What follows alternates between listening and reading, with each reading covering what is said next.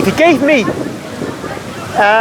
the government of the church, there'd be a lot of bloodshed. A lot of these men in clerical collars will no longer be around. So it's best not to make me the head of the church. But, you see, we've got to get used to this idea, we've got to be grown up about it. A lot of priests are crooks. They're all human beings and a lot of them are crooks. That doesn't change one bit the fact that the faith is true.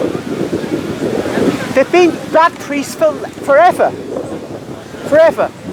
You know Saint Teresa of Lisieux, the little flower, Saint Teresa. She was saying when she was a girl she went on a pilgrimage to Rome. She was shocked at the behaviour of priests she saw. This is in the 19th century in France, where the church was really strong and where priests were, you know, much better than they are today overall, you could say. But still, she was shocked. So we've got to get away from this idea that we expect them to be good. I think about this young girl. She used the story about the priest as an excuse to marry her pagan. Yeah, she did have, because if you're intelligent, you know that it doesn't really matter what the priest is. I was not intelligent or something. I was a trained professional person, but I just listened for the sake of my parents and sake of my family and my religion. I listened to the priest. But if I was today, I would have not listened. No. The same age, if I am today, I would have never listened. I would have done what I wanted to do. What you do though, what Catholics need, what young Catholics need, particularly young Catholic women, because they can't afford to make mistakes. We men can make mistakes, and then 20 years later, 30 years later, we can get back on track. But a woman, when she makes a mistake, because of the nature of her body, it's for life.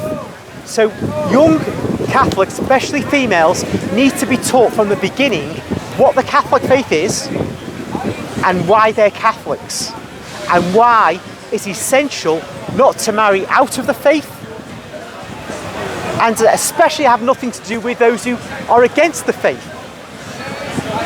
If he says I don't, if he's atheist, because I spoke to him also, that my niece is a Hindu now. I mean, she goes to church and all that. I don't know whether she's Hindu, but he said it's up to her. She wants to go, but she wants to go. That's her problem, not my problem. But a man's duty in a family is to support his wife in her faith. This is the problem of marrying out. At the same time, the marriage says that the Catholic wife will sanctify her husband. Yeah, if she's converted once they're married, never does St. Paul say that you go and marry a heathen. Never. Because it's going to be a disaster of a marriage. It may be outwardly they're well off, they have a nice house, all that, the kids are healthy, but spiritually it's a ruin. It's absolute catastrophe. Now, I'm not having a go at this girl, because I know how these girls are brought up and how boys are brought up. I was an atheist when I was a teenager, so I'm not blaming anybody for being, inferior. It's just the problem is we have this situation. It needs to be sorted out all across the Catholic world. Boys and girls need to know the faith before they embark on life. Because girls will make mistake after mistake after mistake, and they cannot fix their mistakes. It's very, very sad. It is. It is. She has got every wealth in the world, but she doesn't look like the happy girl that she was. When you marry a Hindu or some other false religion, your husband has the right to divorce you. Because you see, only the Catholic Church says marriage is for life. So you see, if she marries somebody who's a believer, then she's got the security of knowing that man has to reject his faith if he's going to divorce her.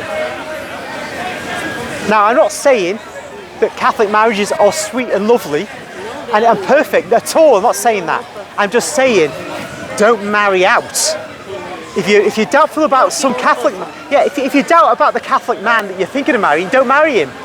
Because loads of Catholic men are a waste of time anyway. Don't marry him, but don't marry out. You are going to get married. That's life. She's done what she's done. Others do what they do. Hopefully God will sort it out, and as you say, hopefully God will sanctify him and then convert him.